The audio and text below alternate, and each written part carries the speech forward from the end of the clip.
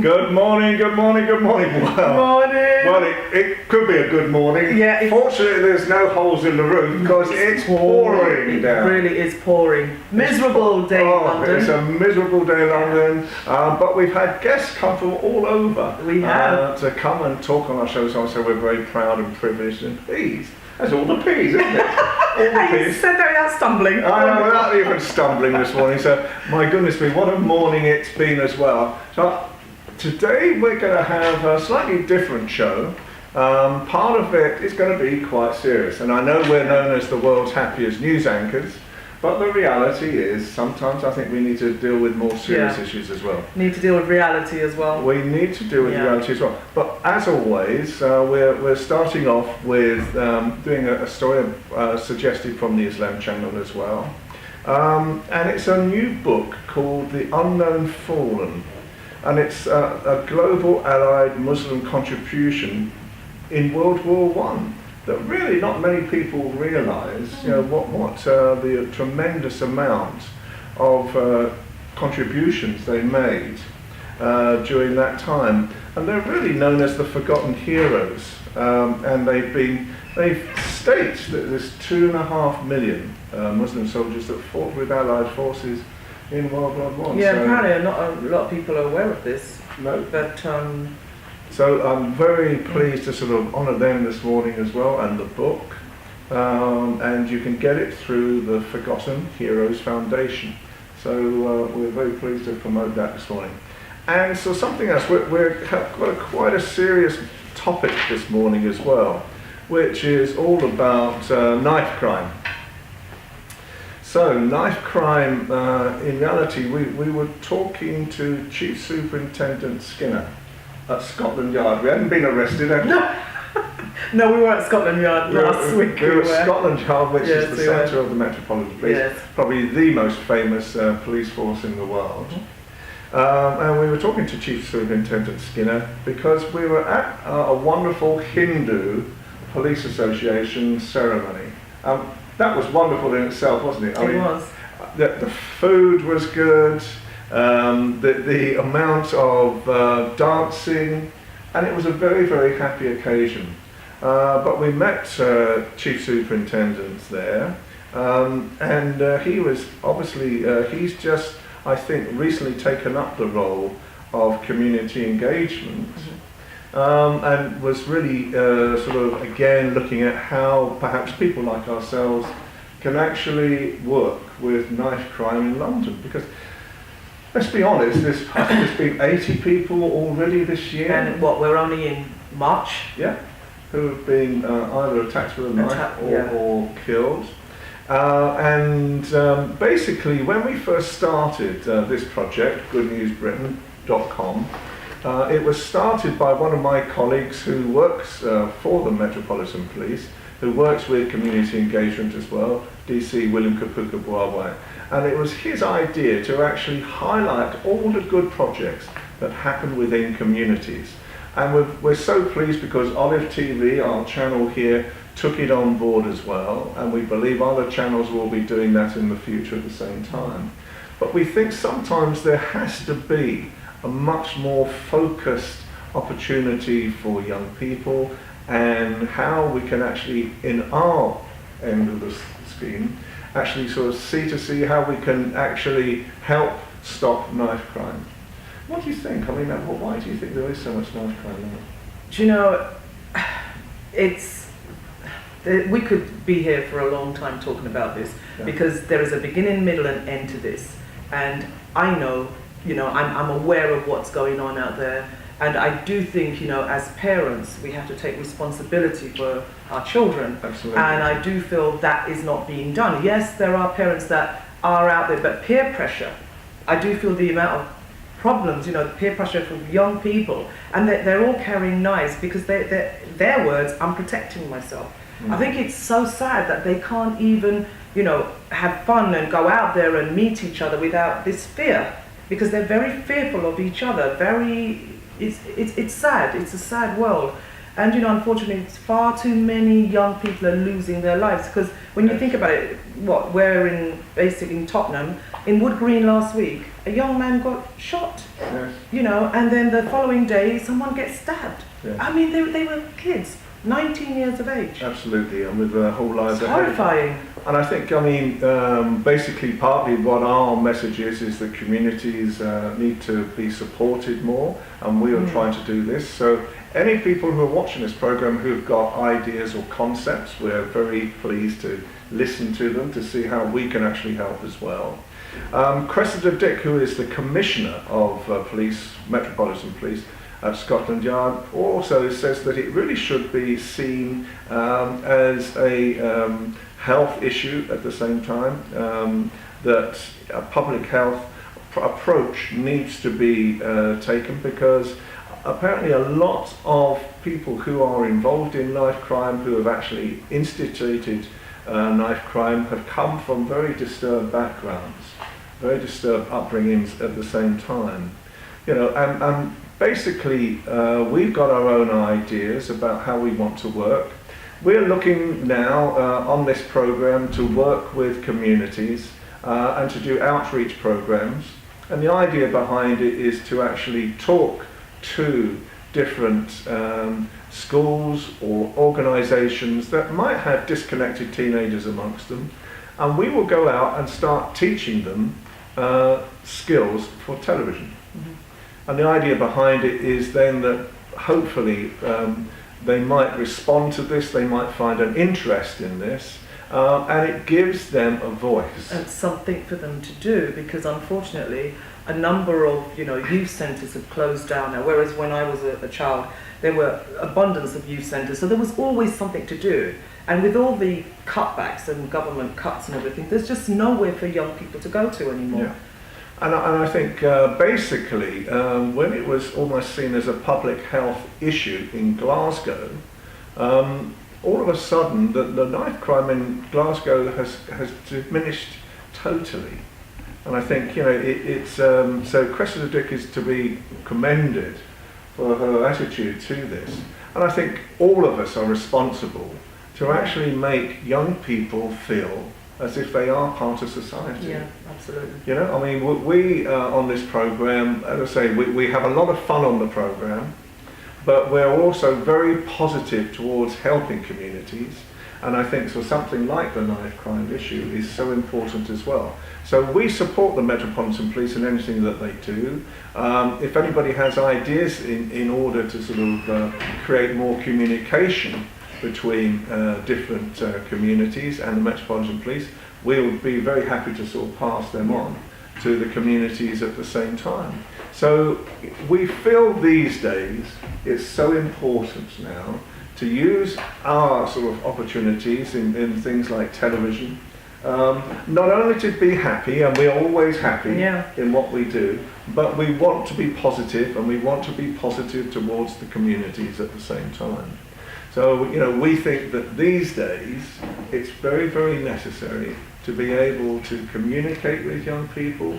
I'm hoping that through one of our contacts with Stephen, we might be able to get rappers to actually sort of work with us on a program that actually, because we have to do something now. It's outrageous, and it makes me sad every morning, to listen on the news that another young man has been stabbed, but they're doing it to each other. Yes. So it's one of these mornings where we don't, we're always happy on the program, as we say. We try to be, but we also want to be very positive about issues like this. So that's our project for this year, really, is to do outreach with young people and give them a better future as well. So now we're going to have a short break because it's going to be Asian morning this morning. It certainly is. It's going to be an amazing Asian beauties this morning. And as always, I haven't got my crown with me. Nope. I haven't got my crown. So we're just going to take a short break and then we'll be right back. Well, it's got a lot of sparkle on the show this morning.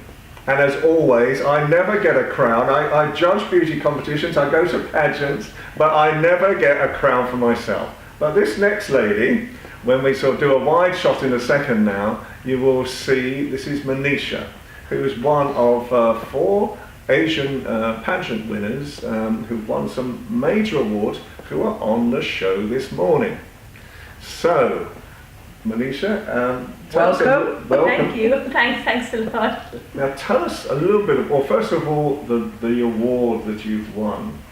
I have won Mrs. United Nations East, and I'm going to represent UK at the international level in the month of July in Jamaica. Right, we're coming. We're going to Jamaica. We're off there. Any excuse to go to Jamaica. Any excuse to get a bit of warmth. I mean, let's be honest, we're looking out the window this morning and it's pouring down. It's pouring down with rain. So, are you competing in Jamaica? Yes. Right, Yes, and the title for? Mrs. United Nations. Right. Yeah. Fantastic. So, we were talking earlier about husbands. And how hard She has one husband here. I'm talking about all the husbands who you've been. No, I'm not suggesting you've got more than one husband. But, and how supportive that Asian men are towards pageants. You know, and in reality, a lot of people feel that this isn't the case, but in your case, and in all these cases, you know, the family members have all been very supportive. I should say that I'm really blessed with a very happy family, and they have been very, very supportive throughout my pageant journey, because I have 2 kids at home. One is 3.5 years old and one is 1 year old. So it really takes like hard work to deal with both of them at home. And my husband especially has taken days off from his work to help me with my pageant journey. And I must say, like being an Asian, he is really like supportive, and he's really encouraging me with everything, whatever I do. I know, that's what we were really impressed with. Because it's very rare to hear that, you know, because obviously in your community, the pageants is a no-no. But I wonder if this is a misconception or not, because in reality, it is. You know, it's like when we talk about Muslim communities as well, and all the misconceptions there. The reality is, I mean, we were at this Hindu association. At Scotland Yard. At Scotland last Yard. Week, and the reality, it was wonderful. I mean, the people were wonderful. You capture the whole feeling of Asian communities and Asian spirit, kindness, thoughtfulness. You know, and I suppose in reality, you know, sometimes, do you feel sometimes that Asian communities are misrepresented? Do you think they are? They are. Why do you say that? Because especially with the Asian men, when it is, whenever it comes like, oh, you know, the females are like made to do like only household work, and especially if someone is married, we are like expected to look after the kids, to make sure the house is tip top, everything is like on the spot. But I'm not saying about all the Asian men, but there are some men who are like willing to go at any extent to help their life partners, that would be related to work, kids, or job, anything. So it's like it depends how everyone is in their own field or on customs, because in Hindus we have different customs, in Muslims we have different customs. So it all depends on your thinking and how your nature has been from so many years. So it's very difficult to change the misconception when it comes to looking after the family. It's not only female's responsibility, it's male as well who has equal responsibility as well. Is it, sorry to cut, but do you think it's a generational thing? I agree.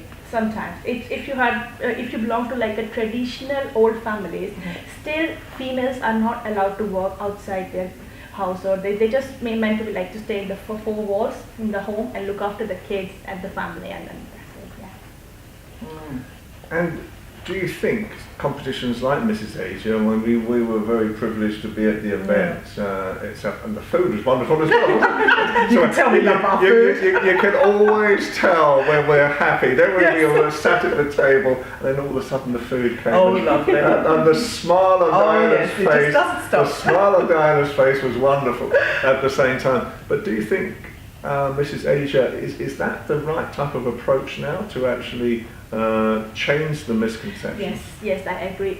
Now, I mean, previously, what I used to think is the beauty pageant is only for like single females, Right. and you have to have like a very good figure, you know, and it's not like if you little bit of like miss your sizes, then you can't compete in beauty pageants. But Mrs. Asia UK has proved everything wrong. What I have noticed is they look for self-confidence in you, how confidently you're facing the world on stage, how comfortable you are, and how you're doing. Because in my profession, I'm a nurse, you see. I know, I was don't impressed. even know ABC of modeling or catwalk. I only wear my work trainers, that's it. So it was really hard for me to go in my heels and to do the catwalk on the stage. But thanks to my organizer Rachna, she really helped me, and she said that it's so okay Manisha, if you're not able to do it, we're there to help you out. And now I can run and I can dance in my heels now. Oh, so can I. No, but we don't talk about that, do we? No, you weren't going to give that away. But you also told us something about the commitment of time, Yes, and I agree. also a little bit of a weight issue as well. So tell us about that. I come from Leicester, all the way from the north, and it really likes, I have to wake up early morning 5 o'clock to come for the grooming sessions, and especially in the month of December and January when we have such a bad weather, I make sure I come for every single grooming session. I did not miss even one lesson, and I was always on time. I was never ever late for any of the grooming sessions. And while going back, I remember there was an incident when there were no trains at all in the night time. So I have to wait for like 3.5 hours on the train station to catch the train back to Leicester. So committed. And it was raining that bad, so I was not home until 1 o'clock in the night. She needs another award, actually. absolutely. Rachna, can you please give this lady another award? So I was home, but like I have to go all the way from here to Peterborough, and from there I have to get Leicester train to go back home. That was the only option left for me. Otherwise, I have to like 12 o'clock was the train to Leicester, so I won't be home until 2 in the night. And you're also committed to some weight loss. Yes, yes. I dropped literally 2 sizes for it, and I have lost like 2.5 stones. That is You feel good for that as Yes, well? of course. Especially my husband, you see. Oh, he'd be very happy. He's like, in 6 years of our marriage, what he couldn't do, this beauty pageant in 3 months' time, it has done for me. I suppose less is more, isn't it? That means to be a joke.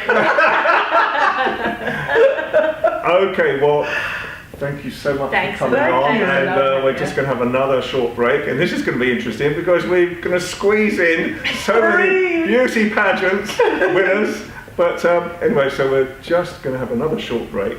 If there's any sweat on our brow, it's just to sort of see how things are going to go on. Yep. But See you we'll shortly. see you again shortly. Well, we were told last week not to talk about things that happen in the studio. We've got 2 more winners with us today. and I have to say, this is They're blinging this morning, aren't they? we're in one of these sort of very interesting mornings. Let's just call it that, and let the producers go. It's wonderful to see the 2 of you. So Deepika, is that right? And Yes. Saleha. Saleha. So please, first of all, can you just say your titles? Because they're such long titles, we couldn't get them No, we couldn't on the get television. Our producer couldn't We've write got this big stretch TV, but we still couldn't get them on there, so please. I'm winner of Mrs. Asia International North, and I will represent in international level in Malaysia somewhere in October. We're coming to you as well then.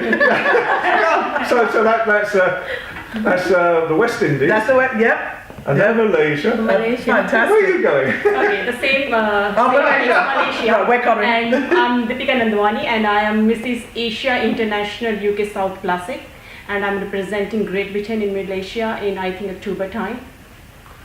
Wow. Well, I think we should just let them do the show. Do you know, I mean, we're stunned, aren't we? We are. We're stunned. We are. And as always, I never get a crown. No, you don't. I work all these competitions. The Diana and I, we never ever get a No, crown. we will, don't worry. Ladies, tell us a little bit about yourself. Let's start with you. Okay, so I'm Deepika, and I have 2 kids. One is 12-year-old and 8-year-old. I have 2 boys, and I have a very supportive husband.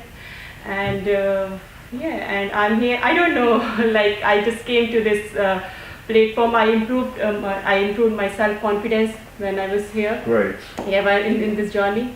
Yeah, so yeah, it was a great time. What do you think why do you think you've gained the confidence? The thing is that, you know, at home, like as Manisha told, that we are like just doing the day-to-day work, like we are raising our kids, going to work, coming back home, and doing household work. But this platform, this is Mrs. Asia UK, give us chance to, like, you know, to develop our self-confidence, to develop something inside us. Like, you know, I think some of the things I didn't know, like I can do that. Like, you know, I can just manage home as well. I can just raise kids as well. I can go to work. I have never skipped anything. I did all my household duties, and side by side, I just did this pageant as well. Miss Superwoman. Fabulous. And this young lady.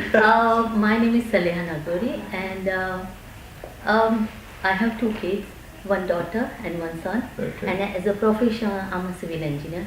Okay. Yeah, so I never think about this. So you've normally got a hard hat on, have you? Yeah, hard hat and safety shoes. I went into site and measurement. I'm doing designing as well, and I have run more than 100 projects for TFL as well. Really? So I never think about the beauty. I need to attend this beauty pageant or something. But one day I thought I need to live my life. I need to achieve my dreams. So Absolutely. that's why I participate, and I have been selected for audition, and I have been selected for finalists. So this is a great news for me, you know. Do you know, it's fascinating, isn't it? Just their backgrounds and where they've come from and what so they're doing. Yeah, because It's this is a completely different field for me, you know. Normally I'm like a technical person, you know. Yeah. So can I just in seconds, because we're pushed for time and so on. So can I just ask you first of all, in a sentence or two, what do you think Mrs. Asia gave you? What confidence, or what do you think? For me, I participate. It gives me more happiness for me as well, and also I balance my life. Like same what Deepika said, like look after kids, look after husband as well, Yeah. and husband is very supportive as well, and also I manage to do my work as well. Yeah. You know, so all these things it gives me more confidence. Excellent. How about yourself? It's all like, you know, it's not like our families back in India, they all were supporting us. Like, you know, okay, because in my family no one have gone to this beauty pageant and no one have know about that, we can go in that. So I think I just raise a bar now, like I open the, you know, mind of people like back in India. Okay, so if I can go, you can also do. Like, you know, it's not like it's nothing like in life is impossible. Like, you know, if you will believe in yourself, if you want to achieve your dream, you can achieve your dream. Excellent. And on that note, ladies, you're 2 wonderful examples of they are. Asian You have to come womanhood. back. You really So you'll have to come back. And again, we're having a very short break. Our producers are running around this morning. We're having a short break, and then we've got another lady coming back on board as well. See you shortly. What a morning. That's all I can say. It's raining outside, but there is so much bling in here with all these crowns going on that it's reflecting around the room. And this is the latest lady, so please introduce yourself. My name is Meeta Joshi, and I have been crowned Mrs. Asia UK Great Britain United Nations North Classic. So that's a long title. It's a lot. Oh, that's a lot. I thought that was 2 titles. That's one title. It's Okay. one title. That's why we couldn't get it on the screen, folks. If you're wondering why there's under a screen. Our producer, he said, "What?" It took me a while to, you know, remember that. So Yes, tell us a little bit about yourself. Yes, I'm an executive coach. I'm a stethoscope consultant. I have worn different hats before. I was a television producer. Really? I have been a jury for beauty pageant as well for UK African, diaspora. It was a charity event last year in December, so I wanted to take part, to experience what it feels like to be a contestant as well. And it has been a wonderful journey. I have worked as a in IT and telecoms as project manager. So when we were supposed to prepare our presentation, I did on management. Okay. So and I'm interfaith speaker. I'm a chaplain, and Yes, and you do project management as well. Was it from what? I remember? yeah, that's what I did as Yeah. a living. Okay. For quite a few years, nearly 7-8 years within Ericsson, the mobile company. Right. Worked with Vodafone and T-Mobile, managing multi-million-pound projects. So this was as my other friends say, it's focusing yourself and thinking about your talents and thinking that everything is possible, and setting an example that anyone can do and achieve. And you are a proof of that. You can do you anything. think again there's a misconception amongst other communities about the Asian community that regarding sort of beauty pageants? Do you think that there's a lot more support amongst Asian people than is actually recognised? There is, it depends again from individual to individual, and beauty pageant is very much in vogue in India for a very long time. Really? Yes, and it is something everyone wants to do, and they think it is beyond our reach.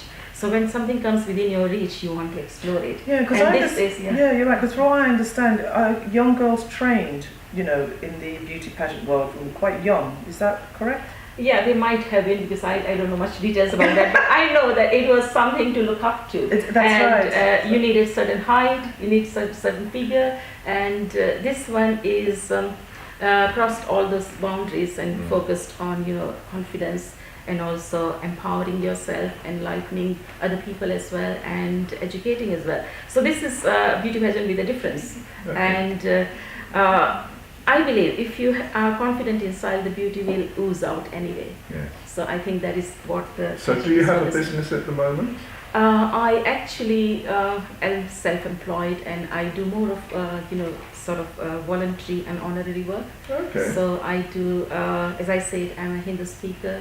I speak on behalf of Interfaith for Hinduism. Right. And I am part of the chaplaincy team within University of Surrey, and also part of the chaplaincy team within Epsom College as well.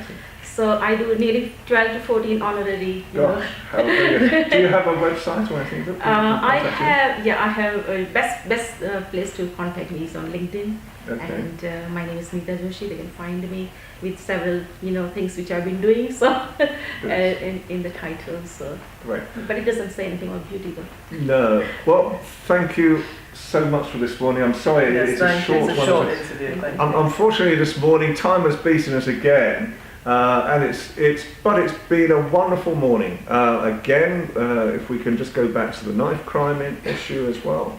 Anybody in the communities who are watching this who can give any advice to this, or if they wish to talk to people like the Metropolitan Police on issues, then we're here as one platform to be able to respond and actually pass on any information at all at the same time.